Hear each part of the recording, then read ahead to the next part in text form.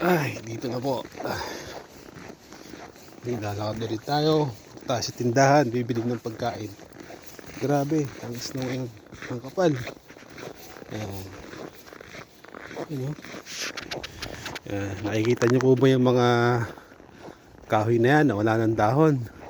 Ayan. Parang patay na kahoy pero hindi po yan. Buhay na buhay po yan. Nawawalan lang po siya ng dahon pagka ano na during winter. Pero pag summer yan, babalik na ulit ang ganda niya. Ayan, green na green lahat yan. Ayan.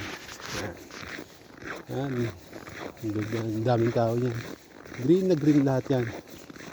Ang ganda ng ano niyan dito pagka summer. So yan po.